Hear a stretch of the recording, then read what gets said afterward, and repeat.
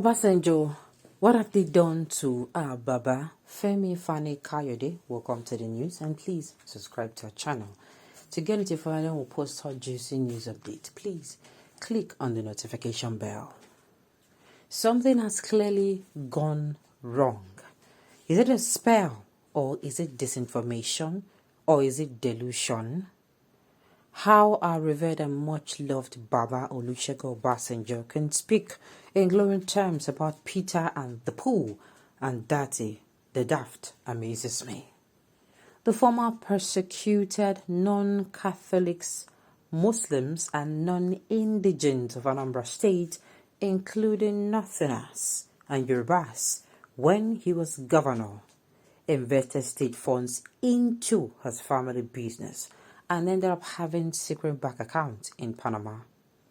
The latter, who is essentially nothing but a well-packaged and well-prepped Mauritanian refugee, is a man whose homicidal tendency and insatiable bloodlust have taken him to such a high level of insensitivity, cruelty, megalomania, bloodlust, and depravity that he once openly and boastfully proclaimed on his Senate floor before he was deprived of his fake and fraudulent mandate by the court and unceremoniously asked to leave that he wants to kill all homosexuals. These are the clinically sane, criminally inclined, and psychologically disturbed pair of social deviant and reprobate that Obasanjo wants to foist on Nigerians. Worse still, they control an army of trolls on social media whose only mandate and worth is to insult, denigrate, threaten, intimidate, and attack anyone who disagrees with their principle. This fascistic mob, led by an equally fascistic, narcissistic, vain, gutter snipe of a leader who attempts to hide his demagoguery and bullying ways in a cloak of humility, a semi-female high-octane voice, a strange black, wear me over and over again outfit, a lifetime single watch of a fake benign smile, is capable of shedding blood at a drop of a hat, and no doubt would literally kill and wipe out all opposite voices if, God forbid, their master ever came to power. Like Adolf Hitler started in a similar charming, humble and alluring manner, hiding his true colors long before he wormed his way into power, and by the end of it all in Germany, and indeed the entire world, paid a heavy price for their folly. No matter what anyone says about Asiwaju, Bola Ahmed Tinubu, or Waziri Atiku Abubakar, neither have ever publicly expressed the desire to kill their fellow Nigerians purely on the grounds of their sexual preferences or issue identity cards to non-indigents of their respective states when they were governors.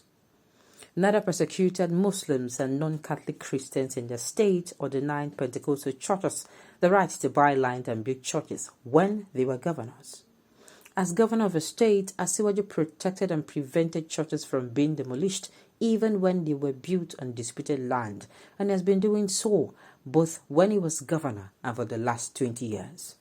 When he left power in Lagos State, many were marked for demolition, but he used his good officers with his numerous successor governors to stop it in the name of public interest and state security. I can cite many examples of this, and I know the churches he saved. He did the same for many mosques as well.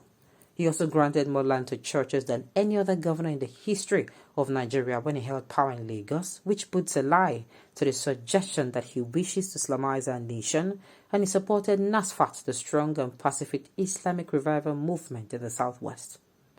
On his part as governor of Adamawa State, Waziri ensured that a Christian took over from him, even though there were oppositions to it from some Muslims in the state. Unlike Obi, neither Asiwaju nor Waziri have been going from mosque to mosque or church to church, dangerously stirring up and inciting the passions of believers, preaching religious politics and hate from the pulpit, and attempting to set us on the path of a cataclysmic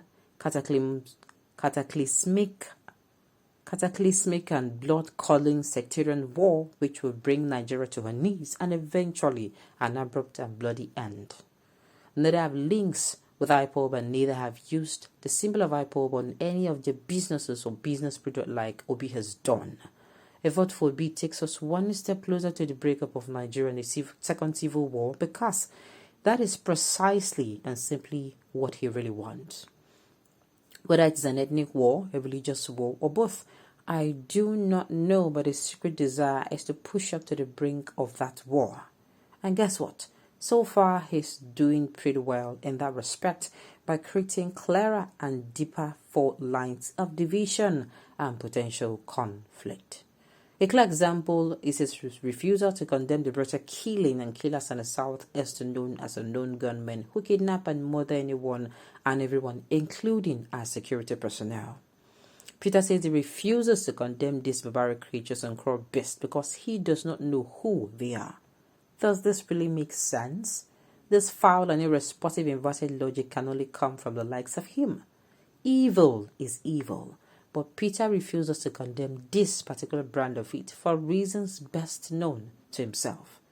Having fought so desperately and worked so hard for the unity of this country in the past and having been rightly described as one of the greatest heroes of a civil war, I am utterly baffled and flabbergasted at Obasanjo's endorsement of such a divisive, deceptive, insensitive, callous, irresponsible, and totally unreliable character, other than to say perhaps he just believes that the presidency ought to go to the southeast.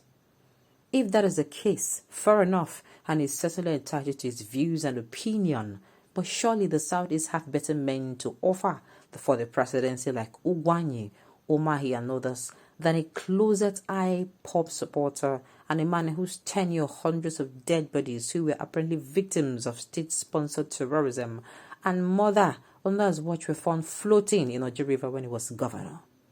I respect and love Baba OBJ.